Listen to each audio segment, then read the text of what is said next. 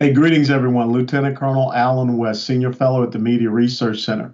I just got back to my home here in Garland, Texas from the 148th National Rifle Association annual meeting of members and convention in Indianapolis, Indiana. Very beautiful city. Thanks to all the people of Indianapolis for hosting us there, and I really love running along the White River.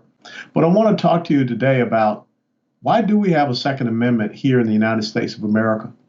And if you haven't been paying attention, I think that answer can clearly be seen right now in Venezuela. When we see people that once upon a time were part of a prosperous nation, people who once upon a time were able to be citizens, now they're just subjects, being run down in the streets by military vehicles, being shot at wantonly.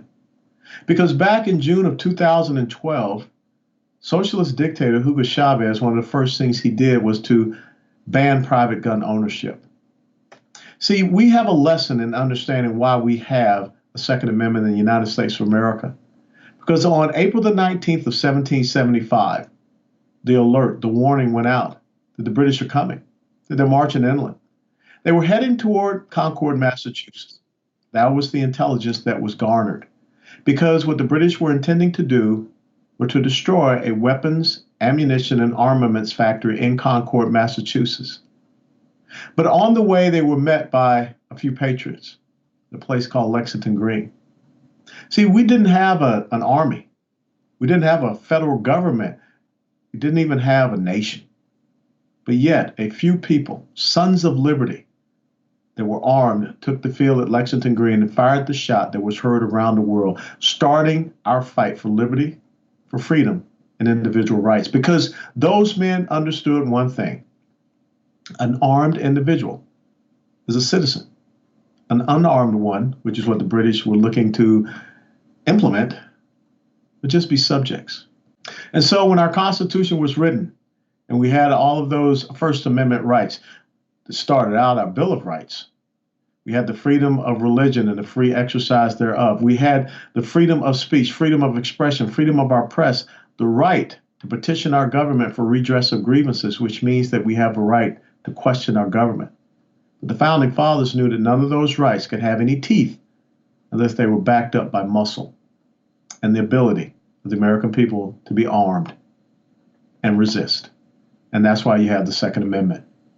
See, just as we see with socialism having taken over what was once a prosperous country, they had to disarm the American people. And here in the United States of America, listen to the words of Senator Kamala Harris. Upon being elected, I will give the United States Congress 100 days to get their act together and have the courage to pass reasonable gun safety laws. And if they fail to do it, then I will take executive action.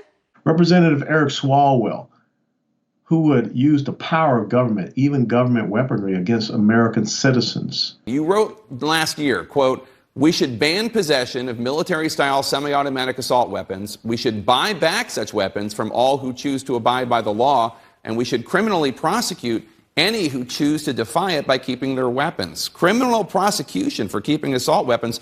What's the punishment for people who don't hand in their guns? Do they go to jail? Well, Jake, they would. This is where we are in America. When you think about what is happening in Venezuela, where there are Russians, Chinese, Iranians, the Turks are on the side of Maduro, and also to include the Cubans. These are countries that have autocrats and theocrats, totalitarian dictators as their leaders, because that's the only way socialism can thrive, is they disarm you so that they can mandate, coerce, intimidate, threaten, and enact violence against you to succumb to them, make you a subject. Just the same as we see all of those individuals in Venezuela. Remember the British, well, they use Hessian mercenaries against us. The reason why we have a Second Amendment, so that we can truly have our rights and freedoms. And the minute that these progressive socialists are successful in taking away these Second Amendment rights that we have, then we could finally be made into subjects once again. That's why we have a National Rifle Association, an organization started in 1871 to enable you to enjoy your Second Amendment right under the 14th Amendment, equal protection. See, if we lose that, if we lose an organization that is able to advocate for that, then we're on the road to perdition.